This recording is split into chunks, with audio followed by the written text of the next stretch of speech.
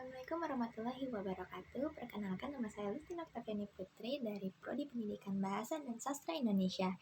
Nah, kali ini kita akan melakukan pembahasan materi tentang bunyi irama dalam puisi.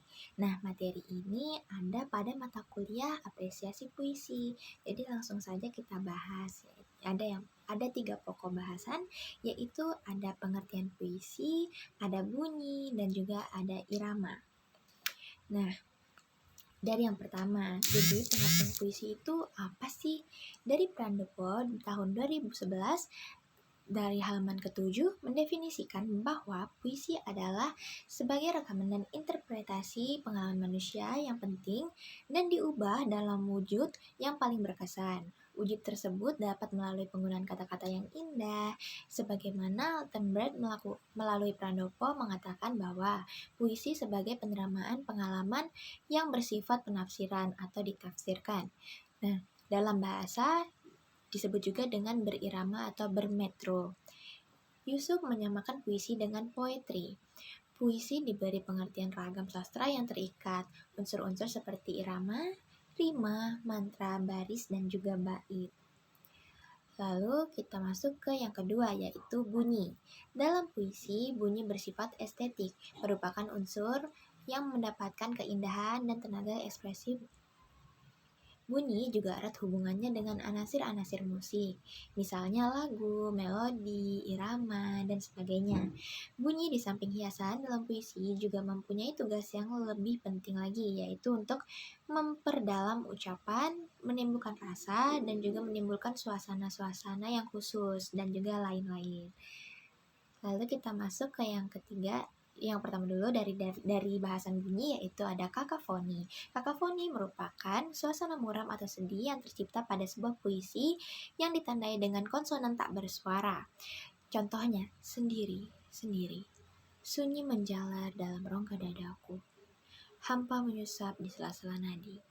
Dalam bait puisi Kesepian karya Charin Almar ini mengungkapkan kata sendiri yang berulang, diselingi dengan sunyi dan juga hampa, menciptakan perasaan kesepian dan yang dalam dan juga rasa kehampaan yang mendalam.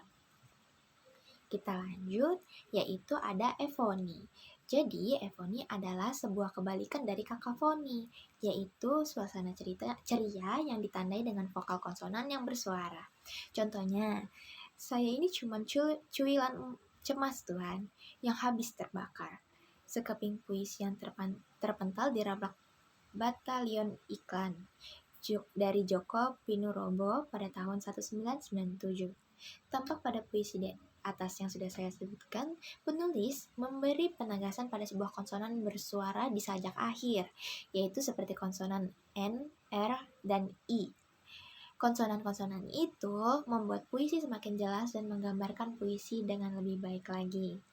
Kita lanjut kepada rima. Jadi, rima dalam puisi adalah persamaan bunyi pada akhir baris atau kata dalam puisi.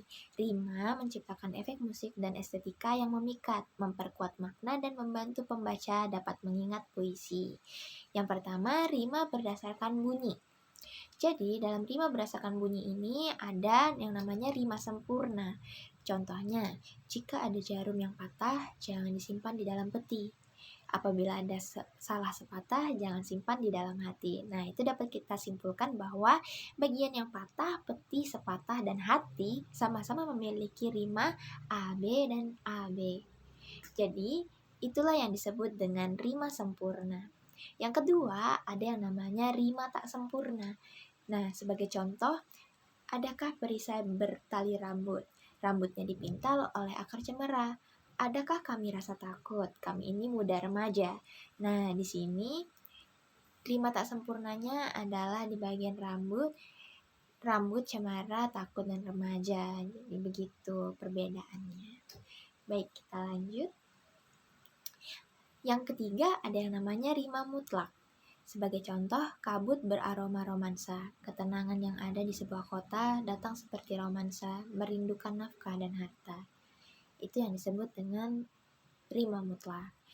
Lalu ada juga yang namanya rima tutup, yaitu dengan tutup dan hidup putih dan bersih sama-sama memiliki akhiran yang sama. Contohnya tutup pada up dan hidup pada up.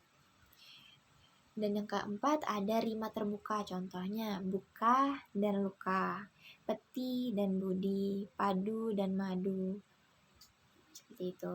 Yang kelima ada rima aliterasi, contohnya bukan beta berbicak terik, kalaulah kandil kemerlap, pelita jendela pada malam gelap, melambai pulang secara perlahan, sabar setia selalu. Begitu. Kita lanjut. Ada yang namanya rima asonansi.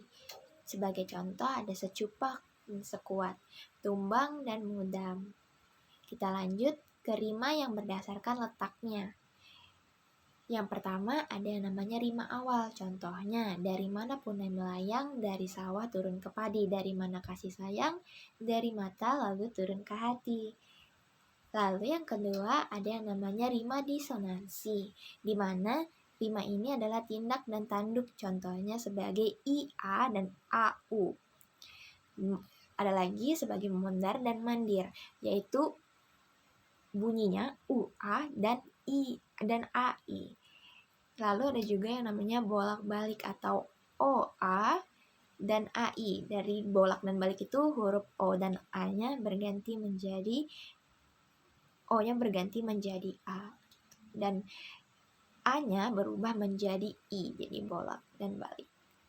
Lalu yang kedua ada namanya rima tengah. Contohnya, maka tidak dijalankan, tidak bertindih dari kaki diulang. Maka tidak terkatakan kakak pemilih kata orang. Nah, di sini rimanya ada di tengah. Seperti itu. Kita lanjut ke rima akhir.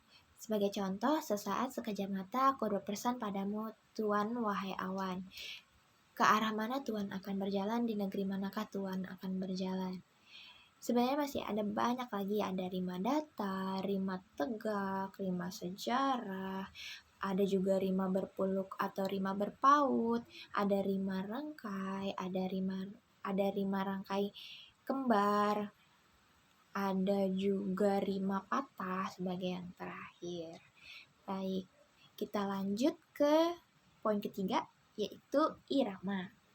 Irama merupakan bagian dari bunyi yang membuat bunyi dapat menciptakan suasana puisi tersebut, dan itu disebutkan oleh Hasanuddin pada tahun 2002 di halaman 56. Irama merupakan bunyi yang teratur, terpola, dan dapat menimbulkan variasi-variasi bunyi sehingga dapat menimbulkan suasana baru yang dapat memicu imajinasi para pembaca atau pendengar. Kita masuk ke yang pertama, yaitu ada metrum. Jadi menurut Hasanuddin pada tahun 2002, metrum adalah irama yang tetap atau terpola menurut pola tertentu. Metrum hanya sering dijumpai pada pantun, yang seluruh susunan baitnya terpola seperti aturan penulisan pantun pada umumnya. Lalu, yang kedua, sebagai contoh metrum, contohnya, tampak pada puisi di bawah ini terdapat rangkaian sajak yang mengandung metrum. Setiap bait ia berpola sajak berpola sajak uu dan ii. Begitulah contohnya. Begitulah ia hikmati malam yang cerau dan mencoba menggalau-galau dan risau. Dibetulkannya rambut ranggas yang menjuntai di atas dahi dan pasai. Itu adalah rangkaian sajak puisi dari Djoko Pinurbowo pada tahun 1997. Kita lanjut ke yang selanjutnya, ada ritme. Ritme merupakan irama yang disebabkan oleh pertentangan-pertentangan atau pergantian bunyi dari tinggi rendah secara teratur, tapi tidak menapak jumlah suku kata yang tetap, dan hanya menjadi gema dendang penyair. Itu juga disebutkan oleh Hasanuddin pada tahun 2002 pada bukunya di halaman 56. Sebagai contoh dari ritme adalah alun ombak. Ombak datang, ombak pergi. Bawa angin, bisikan janji. Rindu datang, rindu pergi. Hati mengalun, sepi bersemi. Seperti itu. Nah, itu saja yang bisa saya jelaskan dari ketiga materi yang sudah kita bahas. Sampai jumpa lagi.